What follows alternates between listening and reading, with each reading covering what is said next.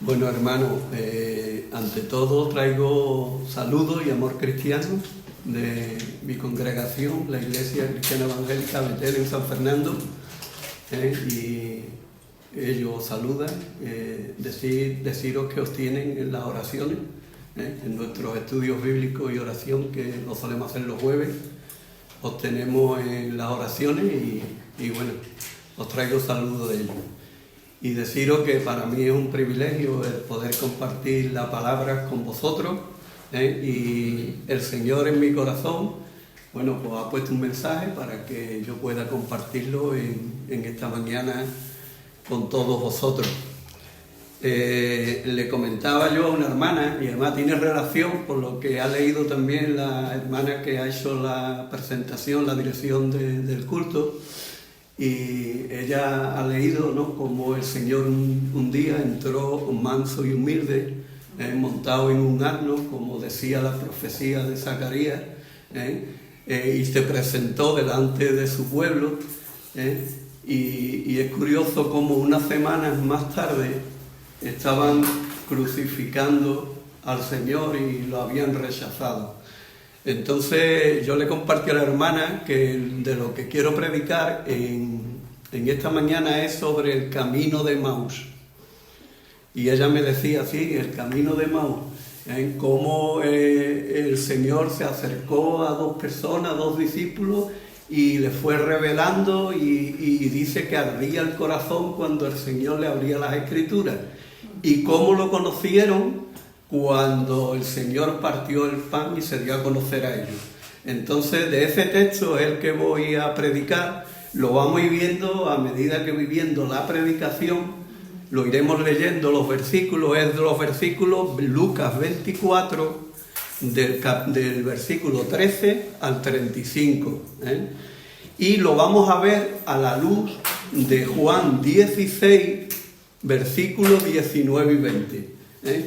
Lucas 24, del 13 al 35, y lo vamos a ver a la luz de Juan 16, 19 y 20.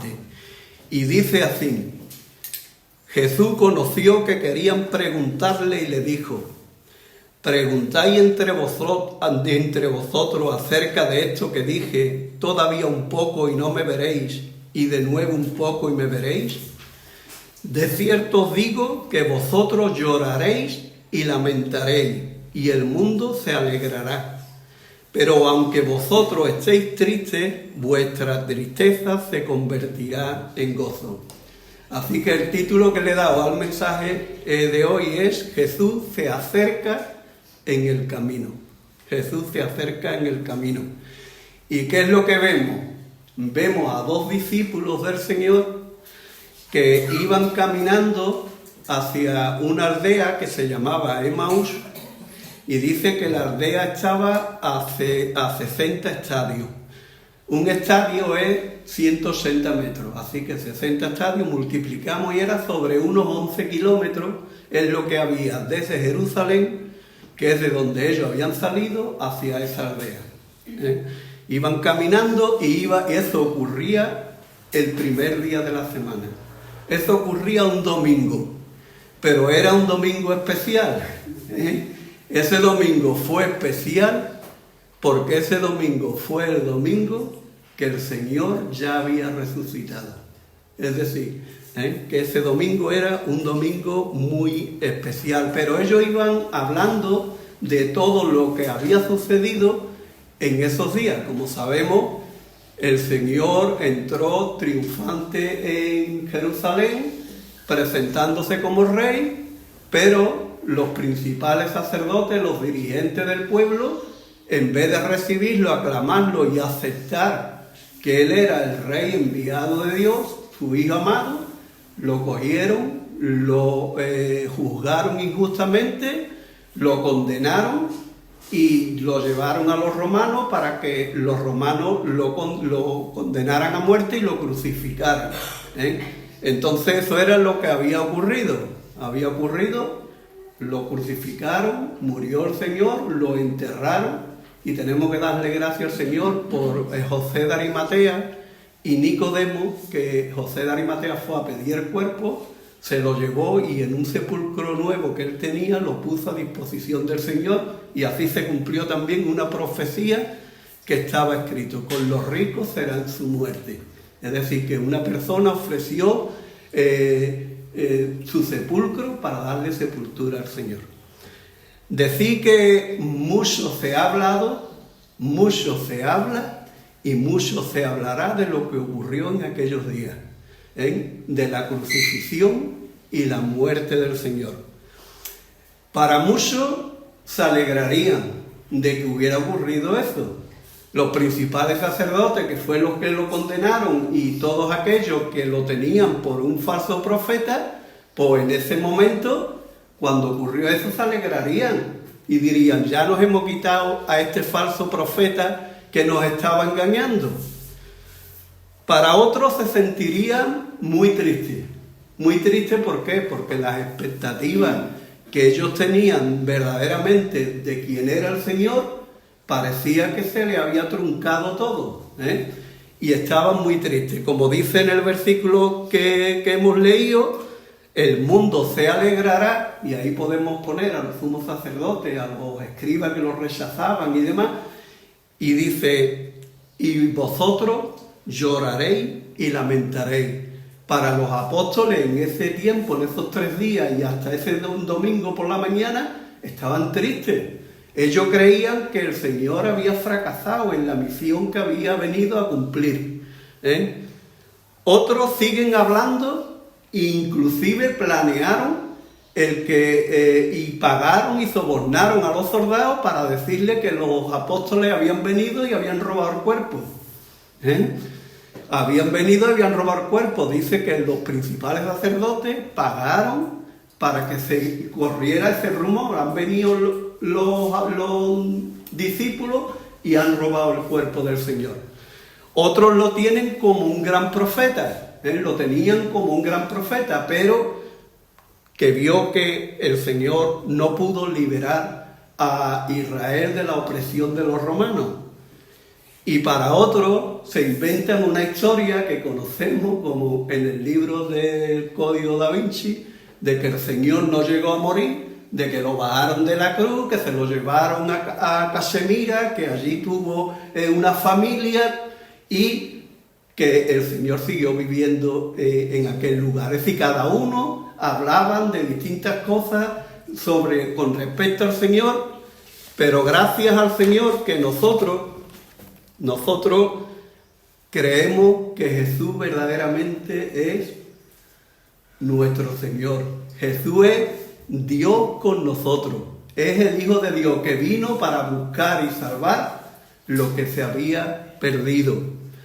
Él es el Señor de la historia. Nuestro Señor es el Señor de la historia. La historia de la humanidad está en las manos del Señor y Él lleva a cabo lo que Él ha determinado con su plan. Y gracias a aquel día, aquel primer día de la semana, aquel domingo, que se dice hoy antes de Cristo y después de Cristo, porque el Señor dividió la historia, porque es el Señor de la historia. 2 discípulos, uno que como sabemos se llamaba Cleofás y otro discípulo, caminaban camino a Emaús y iban hablando de lo que había ocurrido en aquellos días. Sucedió que mientras hablaban y discutían entre sí, Jesús mismo se acercó y caminaba con ellos, mas los ojos de ellos estaban velados para que no le conociesen. Y le dijo: ¿Qué palabras son estas que tenéis entre vosotros mientras camináis? ¿Y por qué estáis tristes? Así que ellos hablaban entre sí, iban hablando de todo lo que había ocurrido en aquellos días, pero dice la palabra que estaban tristes. ¿Por qué estaban tristes? Porque para ellos todavía no habían creído que Jesús había resucitado. Para ellos todavía Jesús estaba allí en la tumba, enterrado en Jerusalén. Y aquí tenemos un milagro. Dice que una persona se acerca y esa persona le veló los ojos para que no lo conociesen. Y no solamente eso, sino que nos dice el Evangelio de Marcos que se apareció en otra forma. Los ojos de los discípulos fueron velados, él se aparece en otra forma diferente y se acerca a estas personas. Jesús le dijo: ¿qué plática o qué habláis que tenéis entre vosotros mientras camináis y por qué estáis tristes? Respondiendo uno de ellos, que se llamaba Cleofás, le dijo: ¿eres tú el único forastero en Jerusalén que no ha sabido las cosas que en ella han acontecido en estos días? Se acerca esta persona que sabemos que es el Señor, el que se acercó, pero ellos no lo conocieron, y le dice: ¿por qué estáis tristes? Y mira lo que ellos le contestan. Parece que había entre ellos, porque iban hablando, platicando, que había distintas de lo que había ocurrido. Estaban hablando entre ellos de lo que habían ocurrido.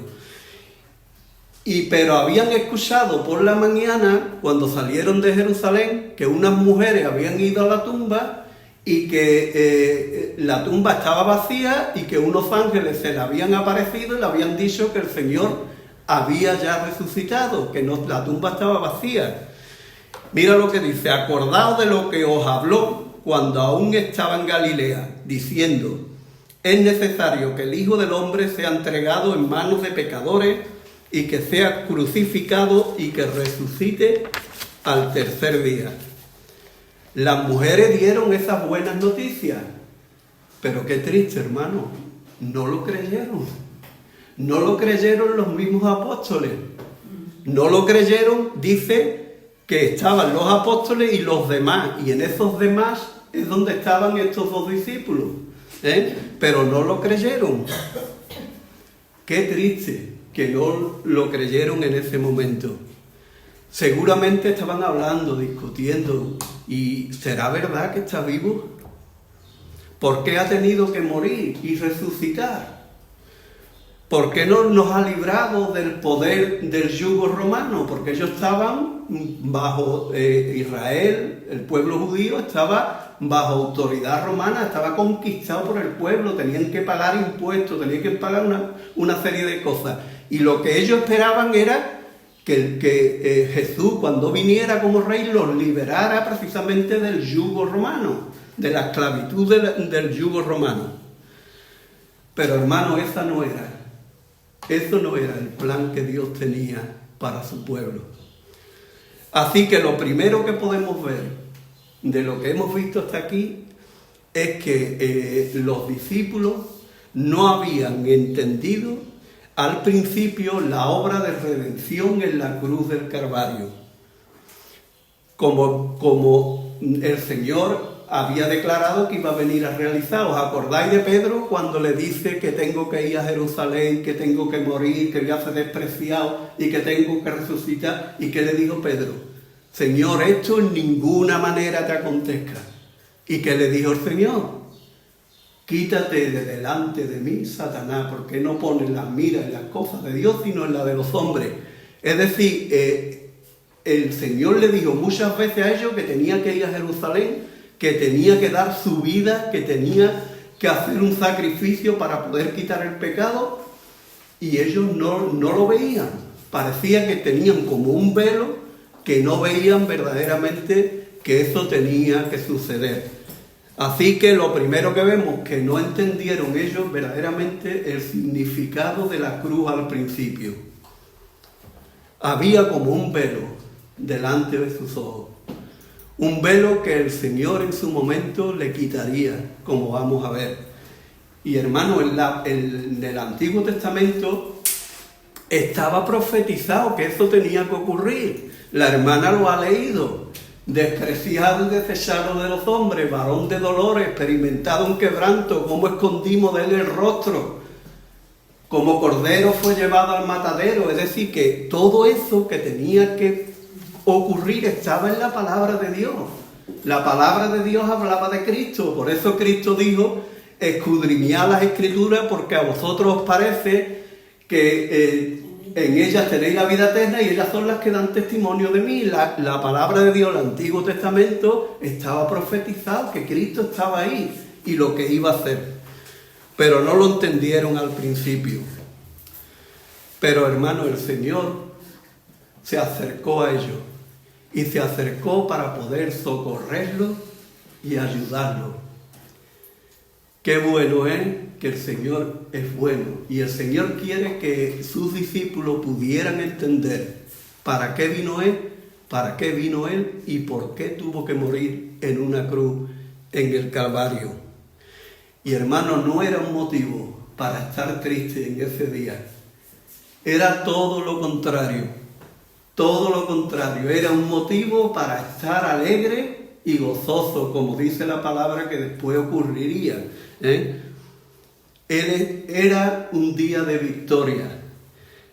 La muerte había sido vencida. ¿Os acordáis lo que le dijo en el Edén Dios a la serpiente? Y pondré enemistad entre ti y la mujer, entre tu simiente y la simiente suya. Esta te herirá en la cabeza y tú le herirás en el carcañal.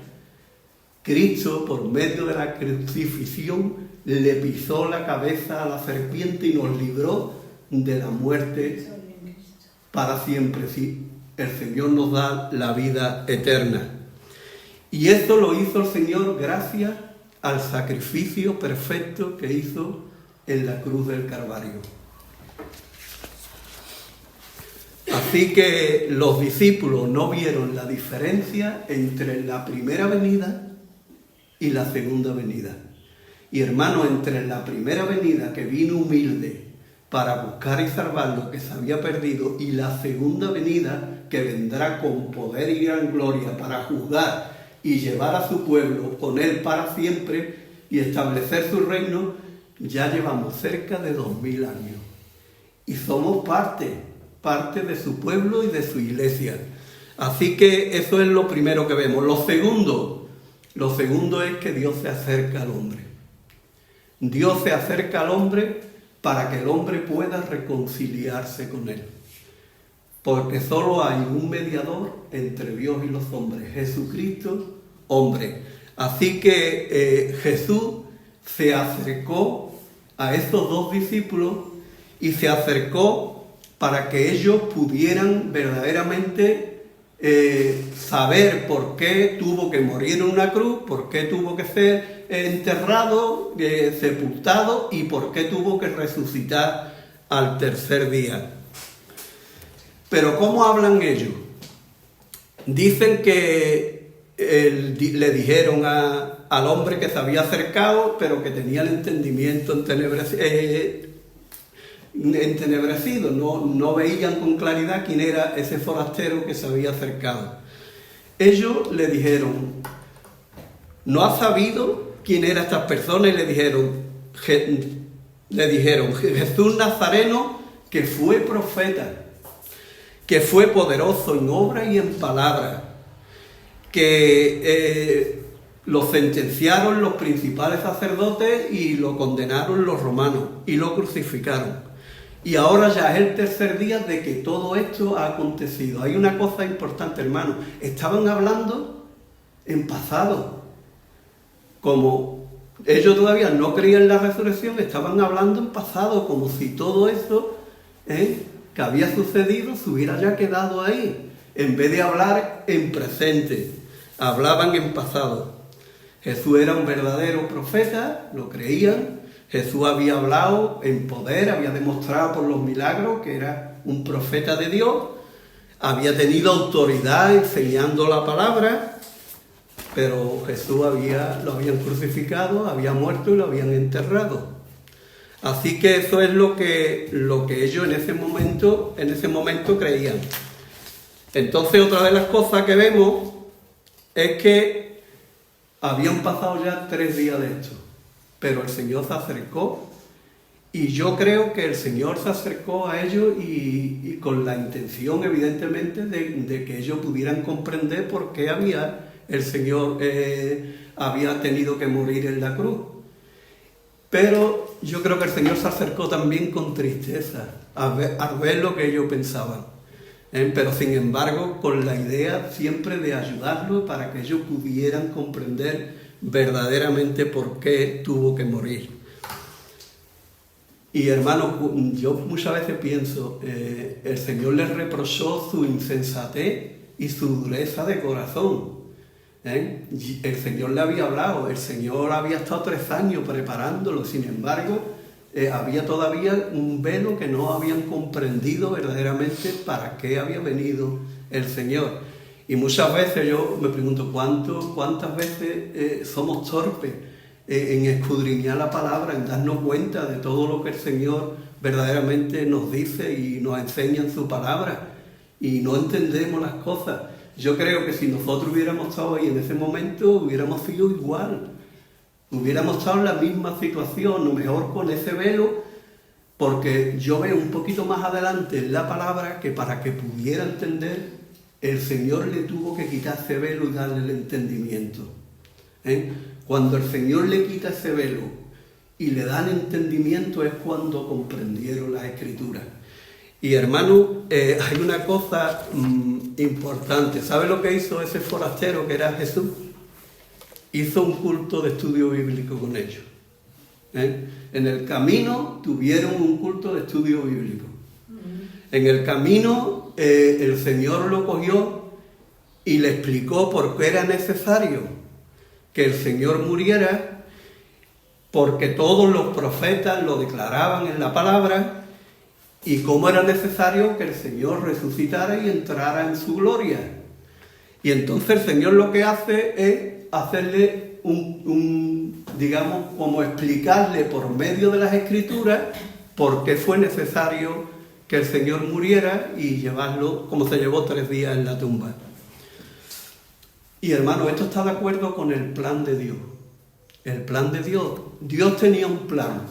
Y ese plan era que sabía que el hombre iba a caer en el pecado, y para poderlo reconciliar de nuevo, tenía el Señor, el Verbo, que hacerse carne, habitar entre nosotros, vivir una vida perfecta y después ofrecerse en la cruz del Calvario para salvación de nuestros pecados, para que la justicia de Dios se pudiera cumplir, porque dice la palabra que Él no dará por inocente al pecador. ¿Cómo tapa el Señor nuestros pecados? Por medio de su sacrificio en la cruz. Así que entonces lo que el Señor hizo fue ir explicándole en la palabra por qué Él tuvo que morir en la cruz. Como he dicho, le hablaría de Génesis 3:15, el protoevangelio, que ahí está el evangelio ya, en el germen del evangelio. Le hablaría también del pacto con Abraham. Dios escogió a Abraham y lo bendijo y le dijo que en su simiente serían benditas todas las naciones de la tierra. También vemos cómo había el hijo de la promesa. Dios le dio a Abraham la promesa de que iba a tener Sara un hijo, y ese hijo se llamaría Isaac. Y hermano, Isaac significa risa, porque a la mujer de Abraham ya se le había ido hasta el periodo, las costumbres de las mujeres. Y llega allí los 3 siervos que llegaron a la tienda de Abraham, uno de ellos era el Señor, y le dijo que iba a tener un hijo. Y Sara, que lo estaba escuchando, empezó a reírse. ¿Cómo va a ser eso posible si ya yo no tengo ni las costumbres de las mujeres? Y le dice, Sara, tendrás un hijo. Y te has reído. ¿Y sabe cómo se va a llamar niño? Isaac. ¿Y sabe lo que significa Isaac? Risa. Isaac significa risa. Y tuvo ese niño, Isaac. También Dios vemos su elección, su llamamiento. Le iría explicando lo de Jacob, cómo tuvo 2 hermanos, Esaú y Jacob, y cómo Dios por amor escogió a Jacob para formar el pueblo de Dios. Le hablaría también de esa promesa de que todas las naciones serían bendecidas en su simiente. Y le puso una prueba a Abraham tremenda. La prueba que le pidió de que sacrificara a su hijo. Le dijo, vete al monte de Moriah, a aquel sitio, y sacrifícame a tu hijo en holocausto. Y eso, hermano, es tremendo. Imaginaron lo que le pidió. Lo que le pidió era el hijo de la promesa, y me está pidiendo que sacrifique al hijo de la promesa. Pero hermano, el sacrificio cuando se sacrificaba un animal, lo que quería decir es que tú podías acercarte a Dios y poder tener esa relación con Él y ese perdón gracias a que el animal perdía la vida y la sangre era derramada. Entonces Abraham fue al monte Moriah, iba con 2 siervos suyos, y es curioso lo que le dice lo que le dijo al siervo: esperaros aquí, que vamos a ir, vamos a adorar y voy a volver de nuevo. Él pensaba: Dios me ha dicho que este es el hijo de la promesa, Dios me pide que lo sacrifique, pero me lo tendrá que levantar, me lo tendrá que resucitar. Por eso le dije: esperamos que volvamos, vayamos, adoremos y volvamos de nuevo. Así que él creyó que pasara lo que pasara, él iba a obedecer y iba a volver con su hijo. Y ya conocemos la historia, hermano. Cuando ya estaba ya subiendo allí, tuvo que amarrar a Isaac, llevaban la leña, llevaban el fuego, y Isaac le dice: Padre, ¿y dónde está el cordero? ¿Y qué le dijo Abraham? Dios proveerá de cordero. Dios proveerá de cordero. Así que amarró a su hijo Isaac, y cuando iba a degollarlo ya, dice que Dios lo llamó y le dijo: Abraham, Abraham, ahora sé que temes a Dios. Y entonces ocurrió una cosa, dice que aparece en zarzal un cordero trabado, y cogió y sacrificó el cordero. Y dice Abraham que Dios proveería de cordero. Dios proveerá de cordero. Entonces hay una cosa aquí también muy importante. Él iba a proveer de cordero, pero todavía es más interesante cuando Jesús dice: Abraham vio mi día y se gozó. Está hablando Jesucristo, cuando está hablando con los fariseos, Abraham vio mi día y se gozó. Dios le reveló a Abraham que lo que él le había pedido con su hijo, él mismo, siglos más tarde, haría con su propio hijo, pero no lo pararía, lo sacrificaría en el monte Moria, en el monte Calvario. Y hermano, eso fue lo que hizo y lo que dijo Juan el Bautista: he ahí el Cordero de Dios que quita el pecado del mundo. También le hablaría también de Isaías 53, lo llevaría cuando le abrió las escrituras, Isaías 53, o lo llevaría también al Salmo 2, cómo se cogerían y se pondrían las naciones, los judíos y los gentiles de acuerdo para romper las cuerdas y poder crucificar al Señor.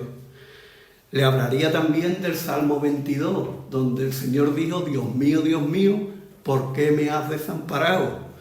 O le hablaría también del Salmo 16, versículo del 8 al 10, porque no dejará mi cuerpo en el Hades, mi alma en el Hades, ni mi cuerpo verá corrupción. También le hablaría de eso. Ahí está hablando de la resurrección, que el cuerpo del Señor no sufriría corrupción. O también de su ascensión a los cielos, como dice el Salmo 68, 18. Subiste a lo alto, cautivaste la cautividad, tomaste dones para los hombres y también para los rebeldes, para que habite entre ellos Dios. Es decir, cómo tenía que subir a la gloria, sentarse a la derecha del Padre y derramar dones para que su iglesia le pudiera servir. Así que el Señor fue haciendo todo esto. Le dijo también seguramente que nacería de una virgen, tenía que nacer de una virgen, que nacería en Belén de Judea. También le diría que el mensajero que iba a proclamarlo, iba a preparar su camino, sería Juan el Bautista. Como fue, le iría explicando en las Escrituras quién era el Señor y por qué tenía que haber ocurrido todas esas cosas. Así que, hermanos, necesitaban comprender las Escrituras y la palabra de Dios. Y dice que cuando estaba haciendo todo eso, el corazón de ellos ardía cuando le abría las Escrituras. Y hermano, eso es así. Cuando el Señor nos va abriendo las Escrituras y las vamos comprendiendo, nuestro corazón se goza y arde en el Señor. Y eso es una cosa muy importante. ¿Y cómo lo hace hoy el Señor? Pues lo hace por medio de su Espíritu Santo y por medio de su palabra. Y hermano, también lo hace cuando estamos dando testimonio Y cuando estamos hablándole a la gente de Jesús y le estamos presentando el Evangelio, muchas veces lo mismo que Él hizo con esos dos discípulos, el Señor lo hace también a través de nosotros. El Señor nos pone junto a una persona que a lo mejor no conoce todavía el Evangelio, le hablamos de Jesús y el Espíritu Santo, y por medio de la palabra, va orando en el corazón de esta persona hasta que comprende las Escrituras y esa persona se goza y entiende quién era Jesús, por qué vino, por qué tuvo que morir y por qué tuvo que resucitar al tercer día. Ese encuentro, hermano, cambió la vida de sus discípulos. La tristeza se convirtió en gozo y alegría cuando comprendieron que el Hijo del Hombre en esa primera venida no vino para liberar al pueblo de los romanos, sino vino para liberar a los hombres del poder del pecado. Porque eso es lo que ha hecho el Señor. Cuando el Señor estaba muriendo en aquella cruz dice la palabra que morimos con Él y que fuimos sepultados con Él y que cuando Él resucitó, hemos resucitado con Él de nuevo. Así que eso fue lo que ocurrió. Así que la vida verdaderamente cambió. Pasó de la tristeza a la alegría. Era necesario que muriera y resucitara para la salvación de los discípulos. Entendieron que el Padre tenía que dar a su Hijo para que llevara nuestros pecados y para resucitarlo para nuestra, como dice la palabra, para nuestra justificación. Para nuestra justificación y para la liberación de nuestros pecados. Lo tercero que vemos es que después de abrirle las Escrituras y que comprendieran, el Señor se manifestó a ellos. Es verdad, cuando el Señor obra y nos muestra en las Escrituras, nos abre las Escrituras, el Señor se da a conocer a nosotros y a ellos se dio a conocer como el Salvador y como el Señor de sus vidas. Llegaron a la aldea donde iban y Él hizo como que iba más lejos, mas ellos le obligaron a quedarse diciendo: quédate con nosotros, porque se hace tarde y el día ya declinado. Entró pues a quedarse con ellos y aconteció que estando con ellos a la mesa, tomó el pan, lo partió y les dio. Entonces dice, fueron abiertos los ojos y les reconocieron. Mas Él desapareció de su vista y se decían el uno al otro: ¿no ardía nuestro corazón mientras nos hablaba en el camino y nos abría las Escrituras? Ya no había motivo para estar triste. Ahora el Señor se iba a manifestar a ellos. Ahora el velo que ellos tenían iba a ser quitado, lo iban a poder conocer y iban a poder verdaderamente darse cuenta de que la salvación y la resurrección verdaderamente se había cumplido y estaba hecha. Y hermano, hoy sigue haciendo el Señor lo mismo. Hoy sigue el Señor revelándose a personas y dándose a conocer a personas. Nosotros tenemos que darle gracias, porque hoy recordamos, la hermana lo ha dicho, hoy recordamos la entrada triunfal. Pero como diré al final cuando termine, lo hemos hecho leyendo un pasaje de las Escrituras. Y es como tenemos que hacer las cosas, es precisamente a través de la palabra de Dios, a través de las Escrituras, a través de la Escritura. Así que era necesario, ya no había motivo para estar triste. El Señor había resucitado. ¿Y cómo lo conocieron? Cuando le quitó ese velo para que lo pudieran conocer y cuando partió el pan. Yo me imagino la cena, hermano. Ellos habrían escuchado de los apóstoles que la noche de la cena, la noche que el Señor estableció su pacto, cogió el pan y cogió la copa, y yo me imagino la escena allí con ellos. No te vayas, quédate con nosotros, ya es muy tarde. Y el Señor se quedó con ellos, y cuando estaban comiendo ya con ellos, cogió el pan, y yo me imagino al Señor decirlo: este es mi cuerpo que por vosotros es partido. comed. Yo me imagino ese momento especial para ellos y en ese momento que los ojos se le cayeran esas escamas que tenían y pudieran ver que era el Señor. Qué maravilloso es poder ver al Señor y poder contemplar al Señor y poder entender por qué el Señor hizo todo aquello. Así que se dio a conocer. Y hermano, el Señor se sigue dando a conocer hoy. Y además lo hace de una manera tremenda. Lo hace, como he dicho, por medio de ese Espíritu y usándonos a sus hijos para que vayamos y compartamos el mensaje del Evangelio. Por último, dice que la tristeza se convirtió en gozo. Reconocieron al Señor al partir el pan y, hermano, ¿qué había que hacer?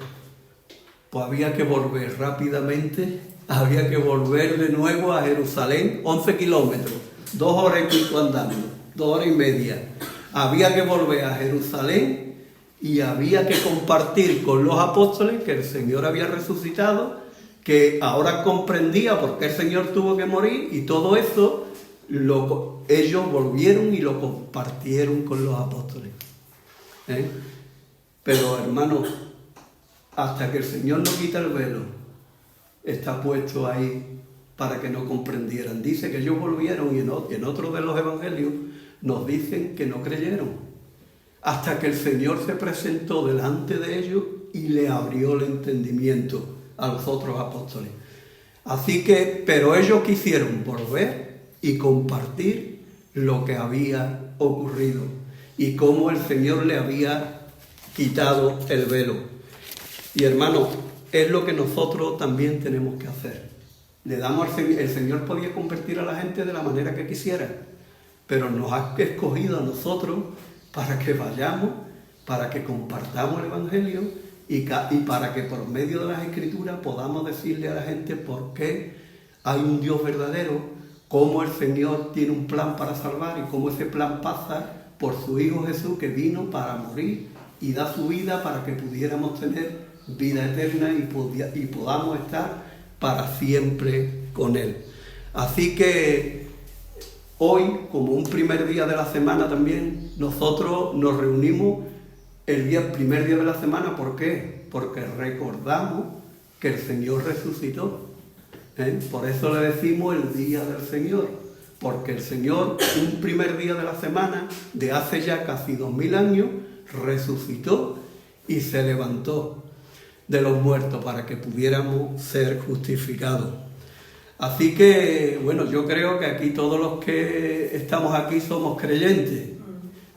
Entonces tenemos que gozarnos y alegrarnos de que el Señor se ha acercado a nosotros y por su Espíritu lo hemos podido conocer. Quizá otra vez que comparta la palabra con vosotros, a lo mejor os comparto sobre la obra del Espíritu una vez que somos convertidos, cómo el Espíritu obra en nosotros y demás. Lo que sí podemos decir una cosa, y lo voy a dejar como un pensamiento para vosotros, para meditar. Lo tengo aquí escrito, un pensamiento que he visto en estas cosas que salen, que van compartiendo y demás. Dice, Dios no quiere una Semana Santa, como muchos la viven comenzando este domingo. Es decir, Dios no quiere una Semana Santa donde se recuerde lo que Él hizo a través de imágenes, a través de pasos en la calle, pues le están dando culto y adoración a una imagen, y dice la palabra que los idólatras no entrarán en el reino de los cielos. Él quiere una vida santa. Él quiere una vida santa y la quiere cada día del año. Os dejo este pensamiento para finalizar. Dios quiere que lo recuerde lo que ha hecho. Dios quiere que busque su gloria en la palabra para darle la gloria a Él. Y Él quiere que tú puedas vivir una vida santa cada día del año. Que te levantes por la mañana, que busques al Señor, que tengas tu tiempo de oración, tu devocional con el Señor, y que esté dispuesto con tu vida a andar en santidad para darle la gloria y la honra que el Señor se merece. Amén. Y no solamente eso, sino coger e intentar a todas las personas que sabemos que no conocen al Señor, que les llevemos el Evangelio. Pues nada, hermano, aquí lo vamos a dejar, ¿eh? Y si Dios quiere, otro día os compartiré otra cosita que el Señor ponga en mi corazón. Vamos a orar. Señor y Padre, queremos darte muchas gracias, Señor. Gracias, Señor, por tu misericordia para con nosotros. Gracias, Señor, por ese primer día de la semana donde tú te levantaste de los muertos y venciste la muerte, Señor. Gracias porque se cumplió la justicia perfecta, Señor. El Padre tuvo que descargar la ira santa sobre ti, Señor, para que nuestros pecados pudieran ser perdonados. Y te damos gracias porque ese sacrificio fue aceptado. Fue, Señor, un sacrificio perfecto, hecho una sola vez y para siempre. Y tú te levantaste de los muertos, Señor, y ahora sabemos que está a la derecha del Padre con poder y gran gloria.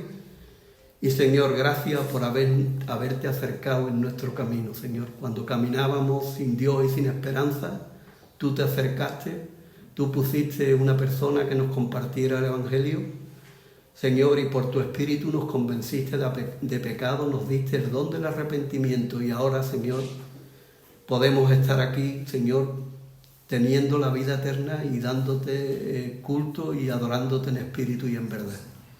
Señor, yo quiero pedirte que tú bendigas grandemente, Señor, a los hermanos, Padre, que tú los bendigas grandemente, que ellos puedan seguir firmes en ti, caminando, Señor, dándote la gloria, la honra y, Señor, ponle también a muchas personas y que ellos puedan compartir el Evangelio y darle el gozo y la alegría, Señor, de ver personas arrepentidas que creen en ti y se añaden a tu iglesia, Padre. Lo ponemos en tus manos y te doy gracias por todo, en el nombre de Jesús. Amén. Amén.